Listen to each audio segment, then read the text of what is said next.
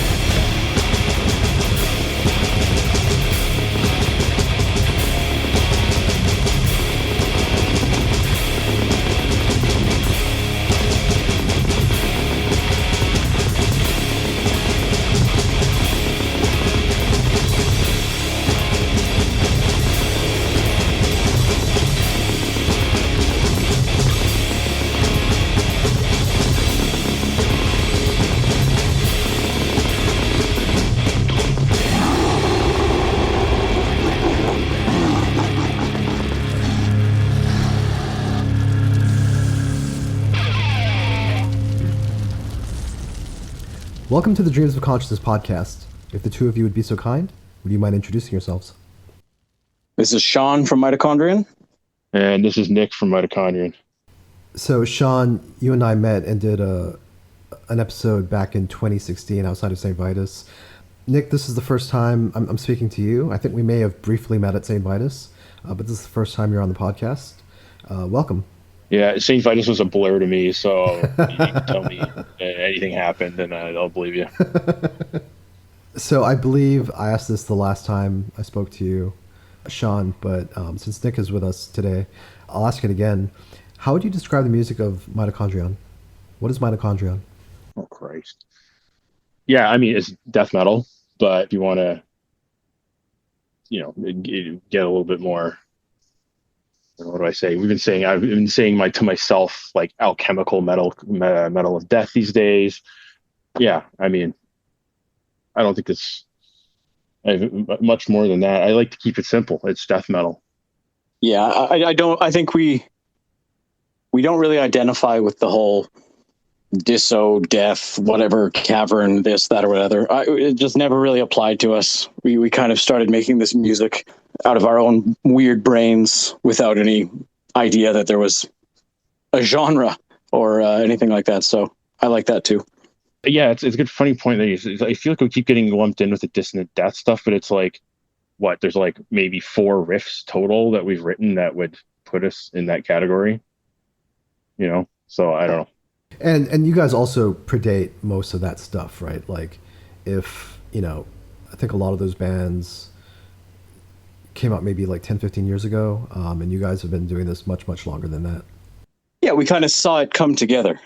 For us, it was just mixing all the weird and interesting bands that we liked, and some of them were crazy, like a band like, Rites of the Degringolate or Immolation or something like that, and then just with more, everything under the sun, Suffocation, black metal, everything. So it's just what came out of us.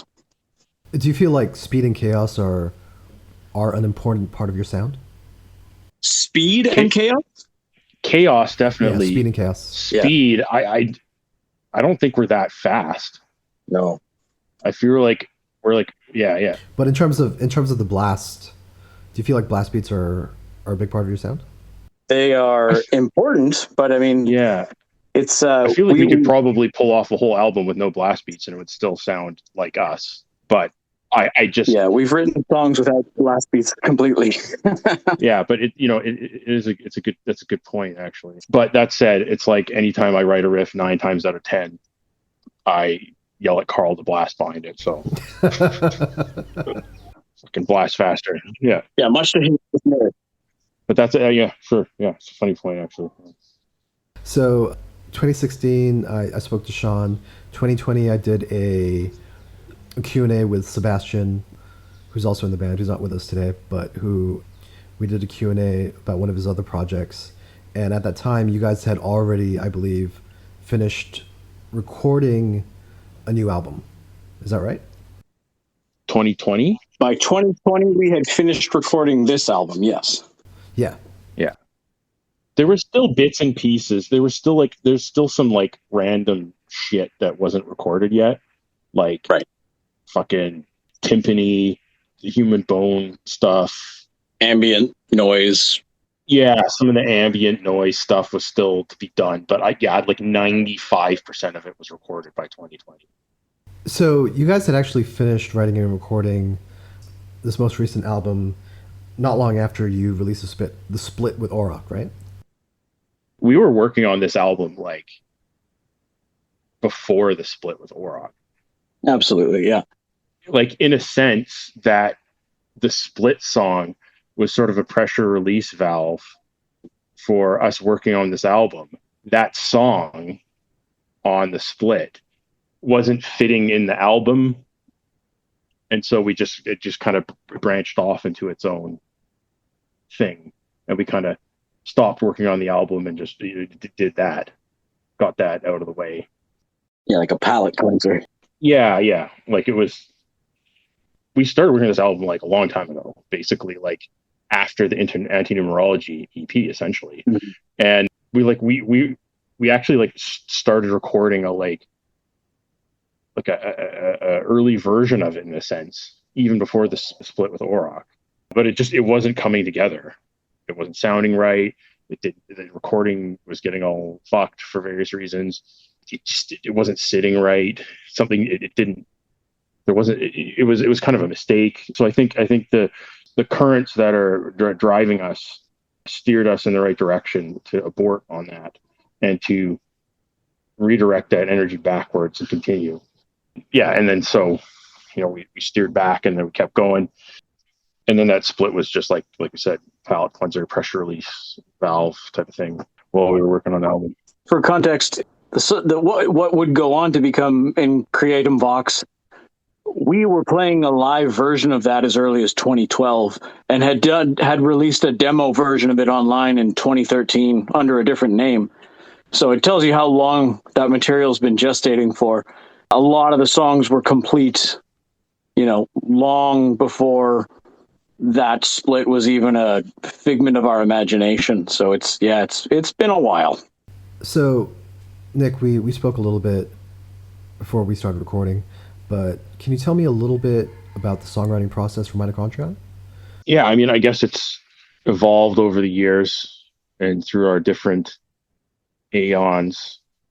Contemporarily is a new dawn of a new era, as we all don't live in Vancouver anymore. So we're testing the waters with the new processes and ways of writing. We got a couple songs that were new songs that we're working on right now. Even previous to that, I'd say for the bulk of career is a funny word to use, but yeah, I'd say 75% of it is me coming with riffs and ideas and us just working through them in the jam space, seeing if they work or if they don't. Chunks of songs that I've written or whatever, feeling them out, seeing where they fit.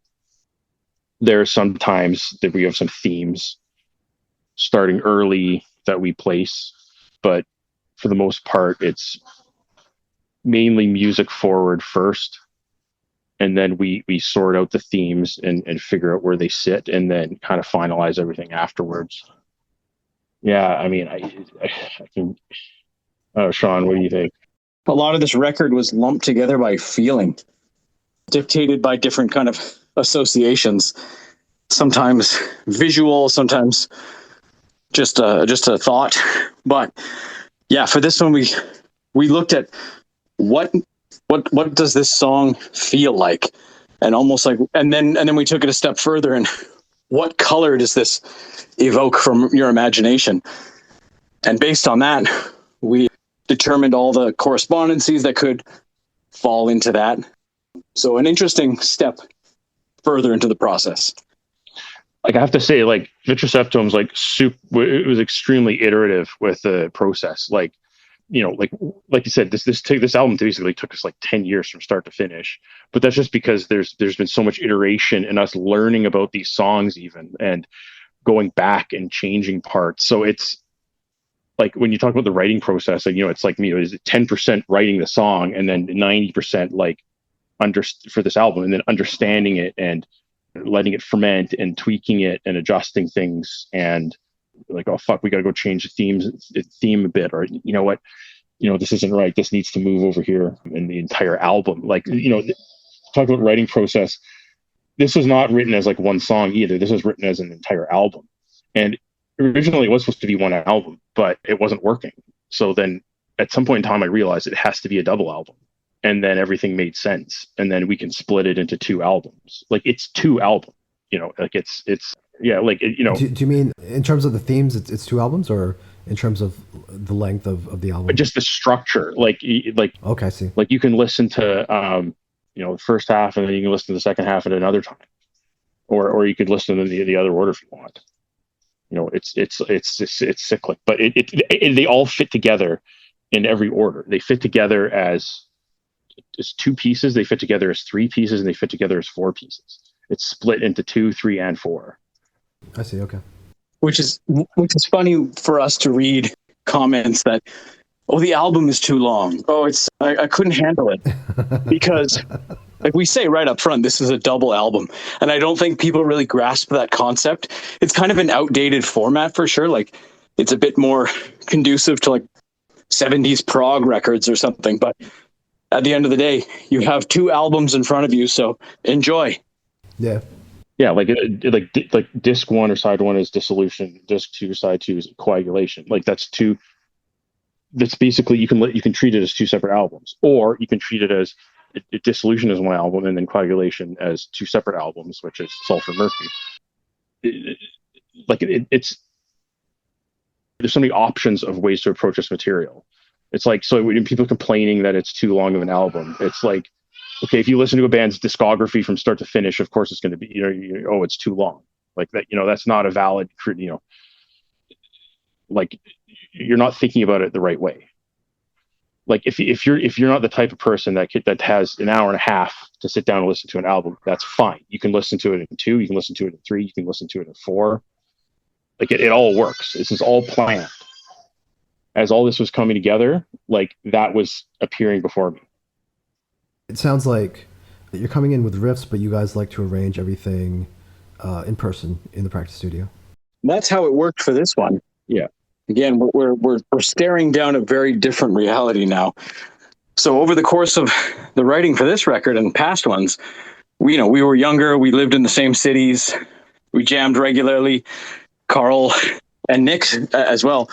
We all had the luxury of kind of having a jam space in our homes with a recording studio in it.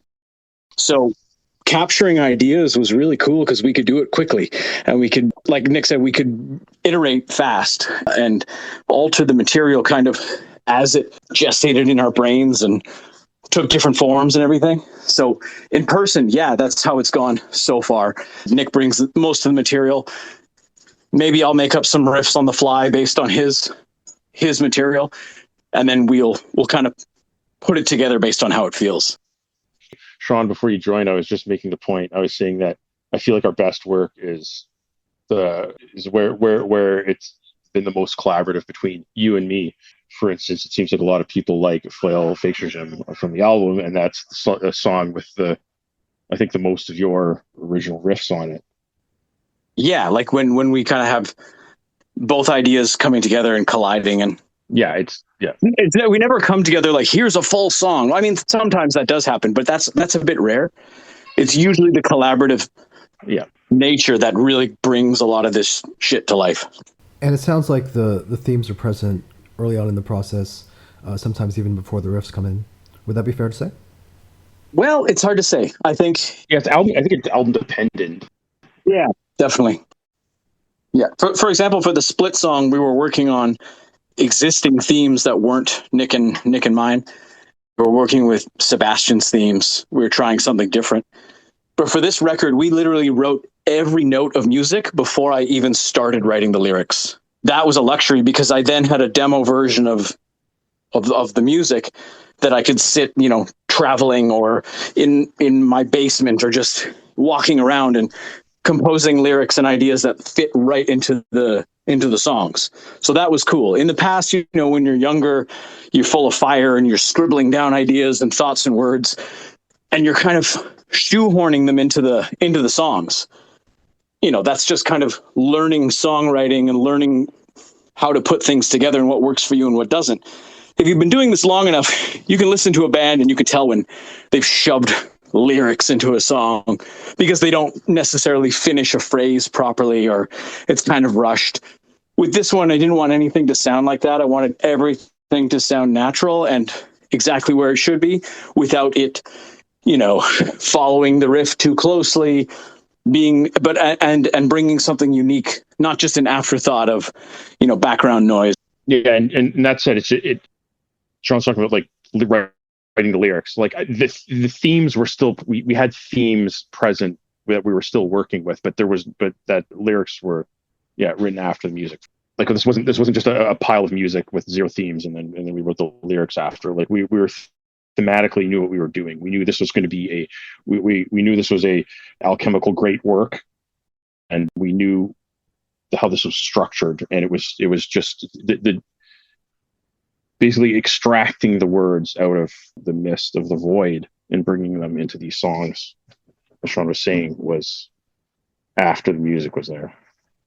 But then, yeah, older albums are different too. Like Parasinosis, some of the, we wrote some of the, like I wrote the choruses for some of the songs before any of the music. So it's really album dependent.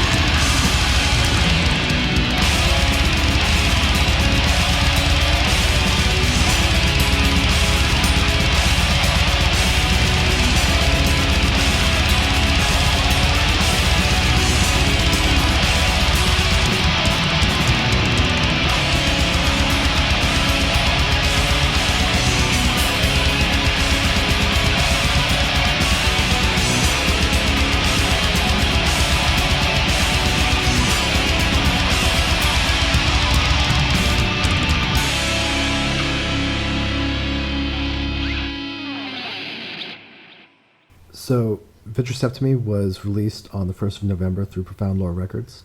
Am I saying the title correctly? Vitriseptome? Say it however you want. I say Vitriseptome. Vitriseptome, okay. You can say it however you want, and it's all right. Okay. Do you want to tell people what it refers to? What is Vitriseptome? It's I don't really. I want you to figure it out for yourself. Okay. Fair enough. I like that, Shawn. Let's go with that. We've given some clues though, and I don't mind giving those clues again. Yeah, there's a bunch of major, very high level themes just dissolved together into this title. Like, this whole album is basically like a, it's us using death metal as an alchemical work, and even the title is a combination, or the multiple parts dissolving together into one. So there you go. And as you guys mentioned, you had been working on the music for this album for almost 10 years before it was actually released, and you weren't happy with previous iterations of some of these songs. When were you happy? When were you ready to record what you had? What made it click for you finally? In this band, like we could work on material forever, and we kind of needed something lit underneath us to reach a point where, okay, you have to be satisfied at this point, or there's no turning back. And part of that was, a studio date, for example, just a small example. But otherwise, it was until the vision was complete. After that, I honestly don't. Yeah, I mean, the album wasn't. It's kind of a funny question because, as I said before, it's like, the album was done in 2020, and until there was a little bits and pieces here and there, like, so we were still working on it. Like, I added stuff that I think changed and gave additional force to songs after the fact. I went back and changed some solos after. I added another layer of like a guitar later. Like, it was all like until the bitter end, basically. There's still some stuff I could go. There's still some shit I'd go back and tweak if I could, but it's diminishing returns. It would take me months to improve a song by 0.1% or something. There's one song, I'm not going to name names, but there's one song on the album in particular that, like, it may be in another, in a parallel reality is slightly different. But I'd say in the vast majority of parallel realities, the album's fairly similar, other than that one song. Now, are there recorded demo versions of previous versions of these songs?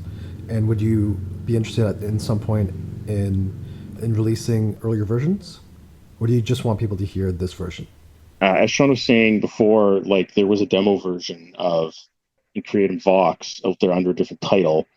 I don't know where that is right now, but it's out there and it exists. So that demo version of that song is out of our hands. Yeah, that's lost in the mist of time. Yeah, and as far as like demo versions of anything worth posting somewhere or releasing or anything, I can't think of anything off the top of my head. There's, obviously there's early versions of stuff in the archives here and there, but nothing branched off to a point I feel that has any value compared to the end result. So I would say no, other than that one song. Okay. Was most of the tracking done in 2017 as far as the drums and guitars? Yeah, all the drums and main rhythm guitars were done in 2017. All of it. And was this in your own practice space, your own home studio? Well, unfortunately, no. This was the first and last time we actually went to a studio to do anything. We've always just done stuff ourselves. It was the first and last time that we go do anything in a studio. It's a bit of a shit show, to be honest. Nothing real bad to say. From here on, we'll definitely regain control of the entire process from start. Yeah, we got a 6 setup now, so But no, we did. Yeah, so 2017 for Vitriseptome, we did guitar and drums in the studio, and then like, I mean, this is my brain is mush. I have no memory, but like, yeah, it was like we did bass ourselves over the next couple months. Then we did vocals ourselves over the next couple months, on and off, interspersed with we kind of distracted ourselves with playing some festivals here and there that slowed things down a bit. For an album that's an hour and a half, that's a lot of material to be like super fresh on, right? Like and super sharp on. So if we fuck off and go play fest here and there, come back, all of a sudden we're not super sharp on, 20 minutes of this hour and a half, and then you kind of got to get back up to speed there. So an album of this size really was, I think I didn't appreciate how brutal of an undertaking it is. Like the amount of work doesn't scale linearly. Like it scales like exponentially. Like an hour album will probably take me half the amount of energy as an hour and a half album, like if not more. It'd be a walk in the park at this point. When did you realize it was going to be a double album? When did you realize the scope of this thing? There was definitely a point where I was like, this is a double album now. This is what it is. When? That's a good question. Maybe. Probably when the final 2 songs on the record were being composed. And yeah, because it's not that much long. Like, if you cut 2 songs from it, it would be, you could fit it on a CD. Yeah. And it wouldn't be a double album anymore. And we would have broken it up into 3 probably. We could have figured out a way to do that. But basically there was like it was just when the last couple songs came together, they were coming together at the same time, and there was no way to accomplish what we wanted with removing anything. It wasn't possible, and it was too long. And then I sat there and I was thinking about it, looked at it, and I'm like, holy shit, if we can rearrange this, change the theme slightly, change the flow slightly, it actually didn't. And now it's a double album. So I don't know. Was this? Yeah. So when would that have been, Shawn? It would have been like, I mean, like 2015, 2016. Probably it was a bit late. Probably 2016. Probably the bitter end, honestly. Yeah, probably 2016. 2015, end of 2015, probably. I mean, you guys had enough material. I mean, frankly, even without the last 2 songs, this would have been twice as long as most death metal albums. Do you know what I mean? What was it about those last 2 songs that you felt this album needed those last 2 tracks? Was it thematic? Yeah, all the above, I think. And for me, it was structural too. Like, I think the last 2 songs we finished for the album were I think it was basically side B of the album. I think were the last songs that we like. So when the very last songs that we finished are kind of like fairly early-ish in the album, like you can see structurally how, if they were I think when we did an early version of this album, when we had this early version of this album, there was in Kratom Vox, Oblithemesis, basically side B was gone.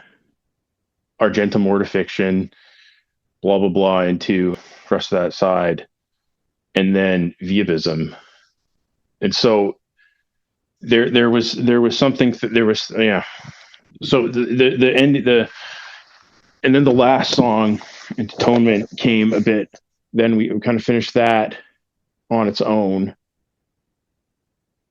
And then and then I think it took us to and then there was a problem. The album structure wasn't right.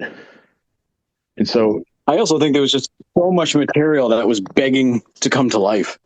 Yeah, like we had all this material. Yeah. And it was organized into like the best of the best of the best of what was pending and waiting in the wings. And we had to use all of the best of the best. So if there was anything left, it had to go somewhere. And at the same time, then I'm throwing random riffs at Nick, and that inspires other ideas. It's the whole collaborative nature. So we can take an idea and run with it quite often. Like Nick and Carl and I can sit with a riff and iterate it into like 7 different riffs. So you throw one riff in the mix, and next thing you know, the song is extended by 3, 4, 5 minutes.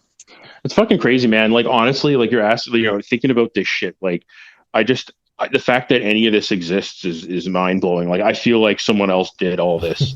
Like, I feel like there's a good 5 years of my life that's just gone, and I don't know where it went. I know where it went. It went into this motherfucking album, but it's gone. It's not mine anymore. It's not in my head. It's like it's someone else did it. You know, the person that I am now, that is somebody else. That was like you know, it's like that was something that was somehow channeled, and I don't really understand how it fucking worked. It shouldn't have happened. This shouldn't exist, and that's why it had to exist.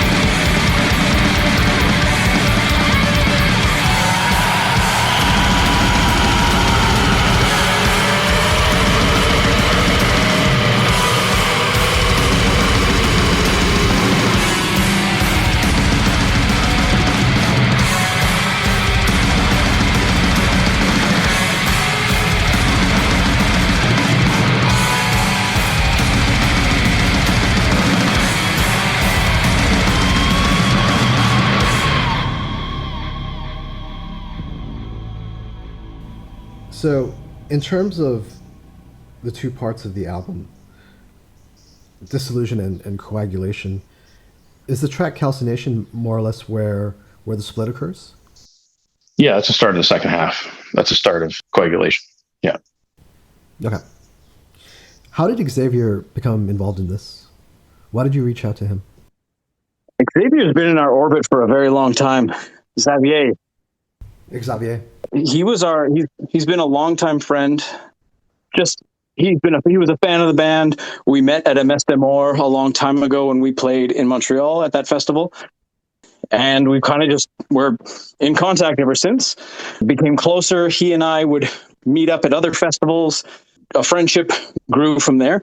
We became fans of Gavura, et cetera, et cetera. But it wasn't until our kind of mini tour on the U.S. East Coast, we went down to play Maryland Death Fest, where we met you in New York.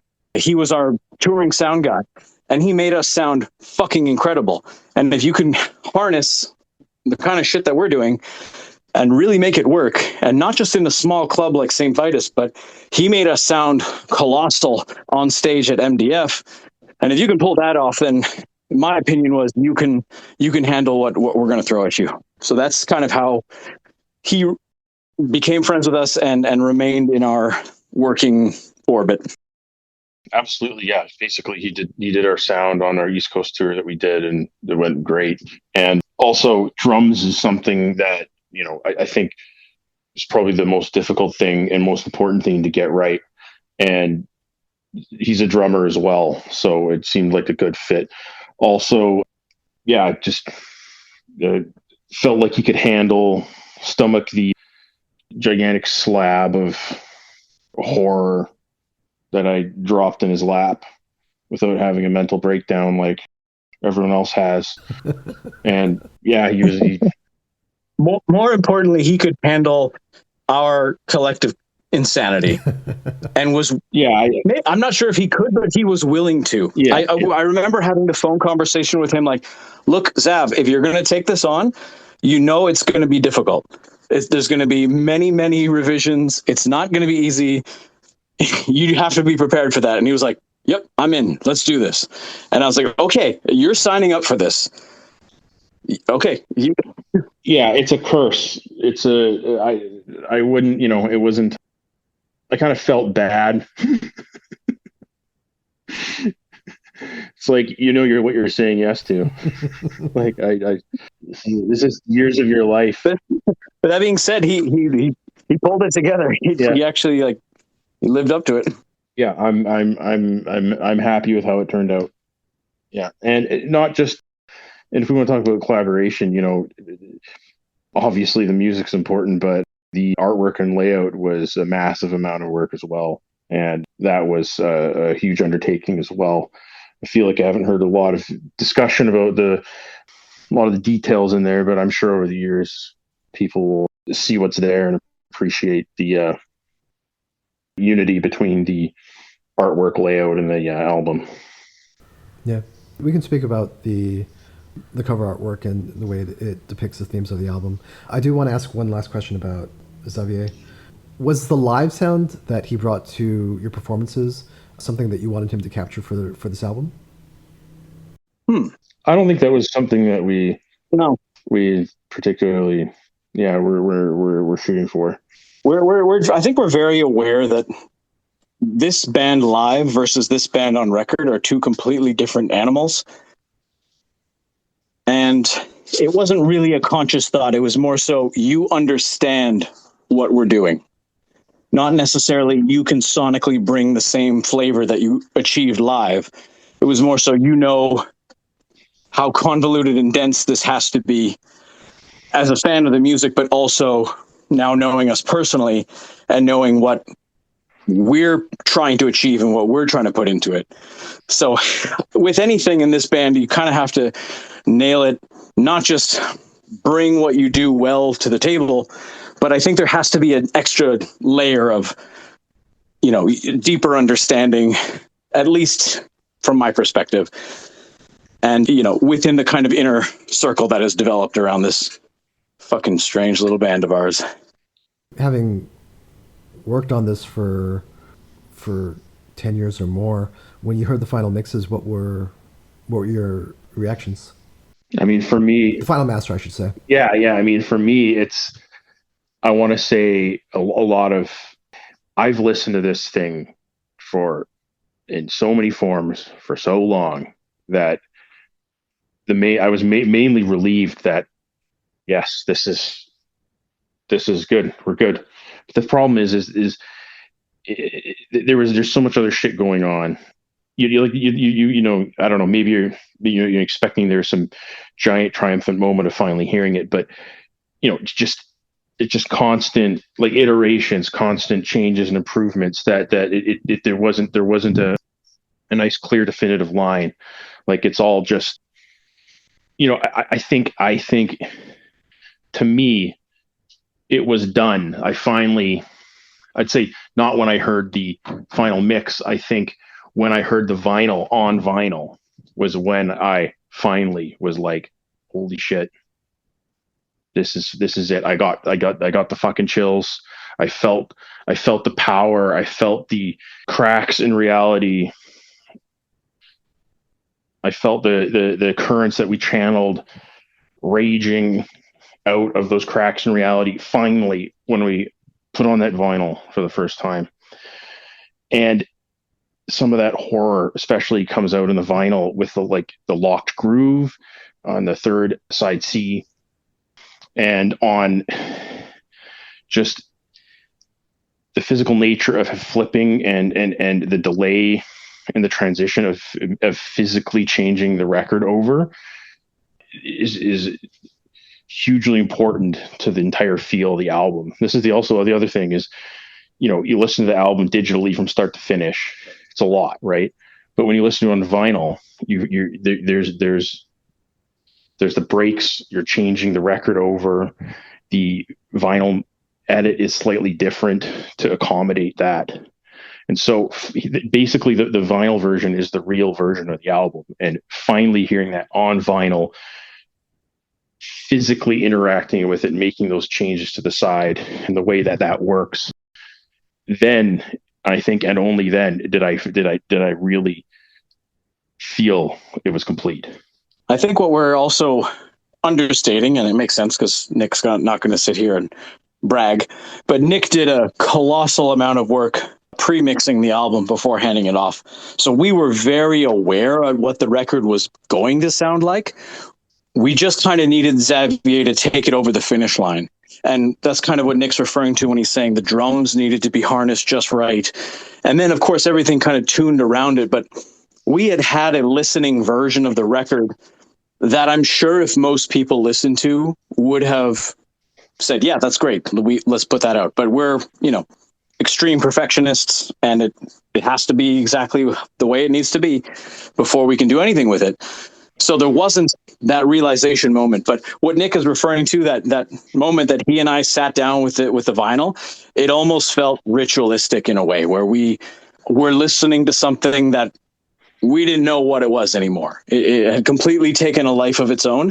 And also the nature of the vinyl and the mix of the vinyl is you can hear details that we maybe forgot about. Yeah. Or we're not anticipating because we had listened to it in these listening digital versions, and then becoming reacquainted with it through the vinyl experience was something really awe-inspiring. It was really special. Yeah, there's stuff in there hidden that you can't, that's so buried. You can only hear it if with mind-altering drugs or on the vinyl version. Either or. I swear, I'm not joking. Like it's totally true. Yeah, we listened through the album another time, and yeah, we were able to pick some other stuff out there. But yeah, no, it was very, very, Shawn, you're right. It was very ritualistic. I actually was, and I think other people ask me, why do we do all this? It's for, that's one of the reasons. Not that we're longing, not that I'm longing for, just that evening where we're sitting there listening to the album, but that I have no choice, that we're forced to that point so that can happen. That's something that needs to happen.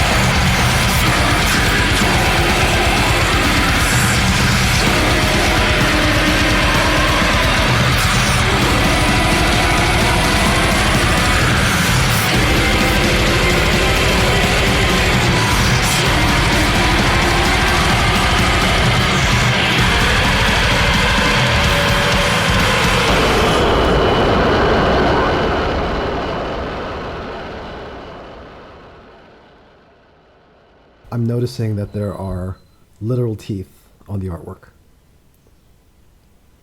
Like not just drawings of teeth, but teeth overlaid on the artwork. Yep, that's the work of our colleague Arturo, who did a fantastic job of this artwork and layout. Just a huge undertaking.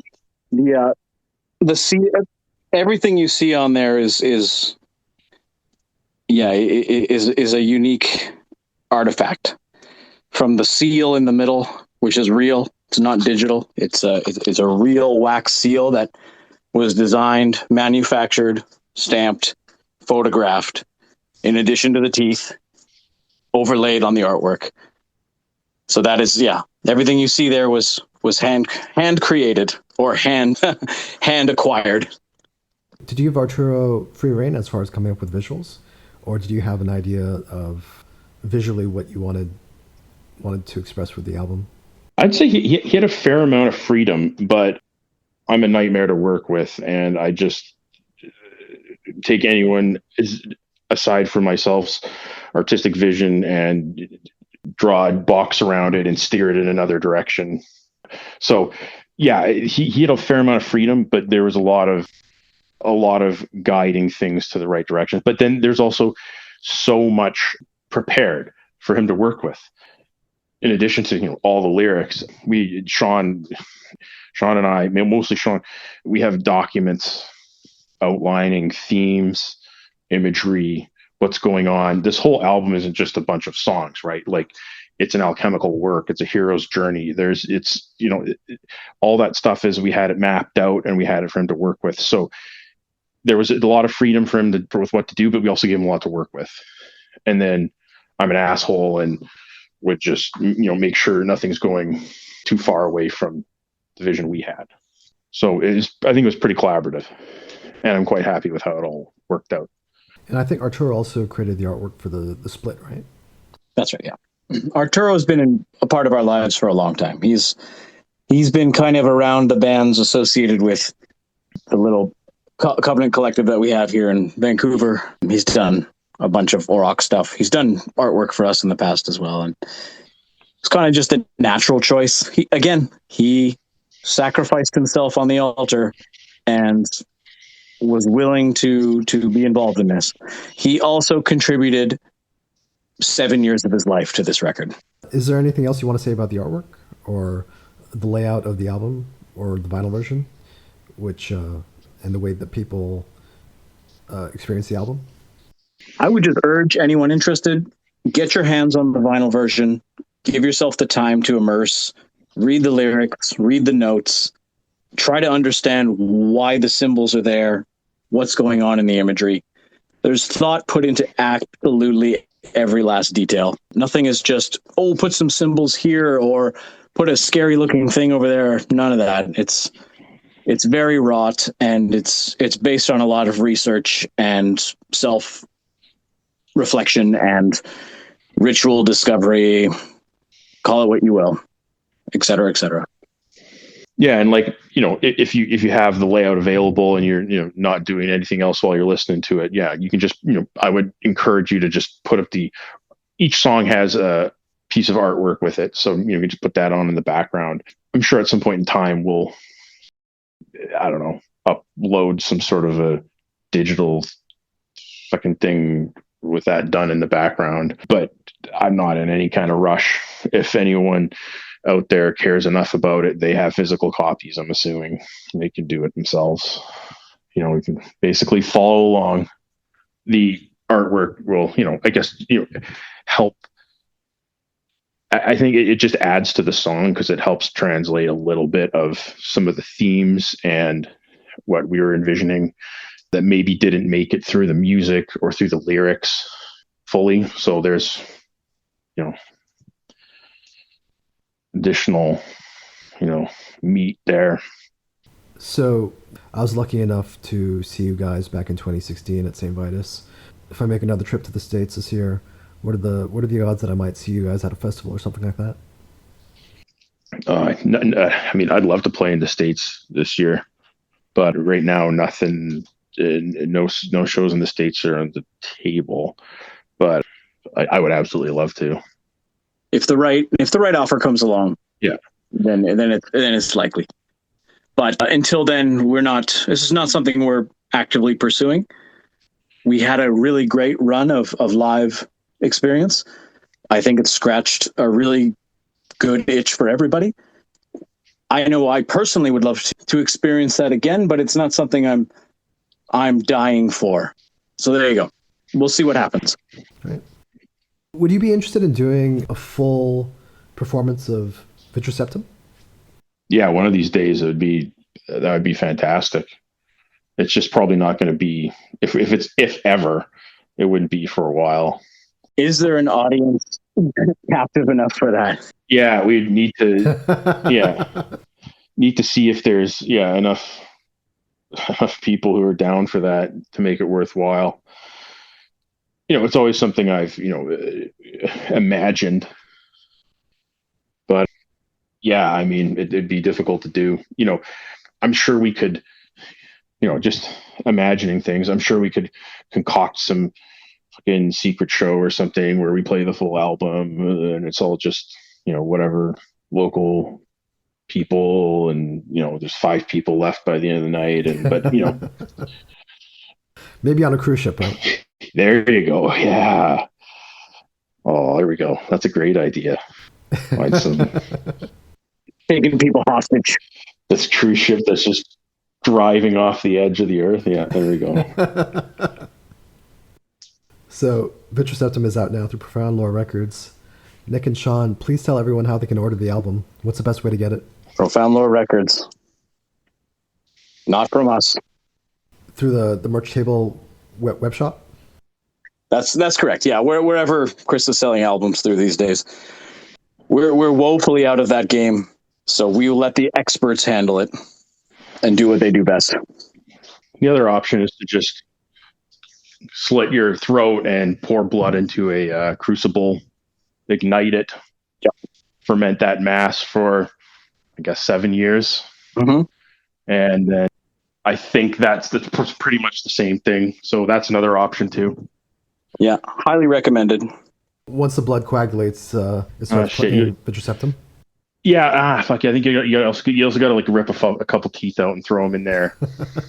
Probably mash a bunch of snakes and throw them in an alembic and distill that out too. You know what? I'm not going to be able to remember the details of how to do this properly on this interview. So yeah, I think you should just go buy the album. So we spoke about the vinyl version. I believe the variant is sold out. Are there any plans to repress that? I'm sure in time. Keep in mind, this record's only been out for 2 full months. So I assume Chris has some master plans. He keeps his cards close, though. And does all your merch go through the Bandcamp page, or does that go through Profound Lore as well? Yeah, Chris is the mad scientist. Trust the vision. Okay. And if people want to follow Mitochondrion online and get updates, possible tour and festival appearances, what's the best way to do that? Ancient Grimoires. You'll find us on, all the platforms. Instagram, Facebook. All those hellish. Yeah, get a shovel out and fly to Alexandria and start digging. Yeah. All those hellish necessary sites. Is there anything else you guys want to say? Oh man, yeah. I think that's it.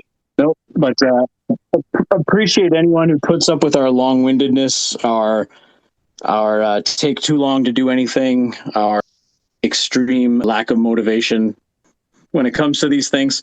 I think where we're at right now, the exhaustion of completing a record is still weighing heavy. So we'll come around to surfacing properly. But this was a cool opportunity. So I appreciate it very much. Thanks, Adrian.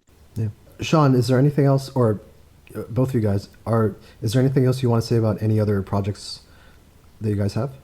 These days I'm playing in Egregore and Reversed. It's 2 other bands I'm in, but that's not really relevant to this discussion.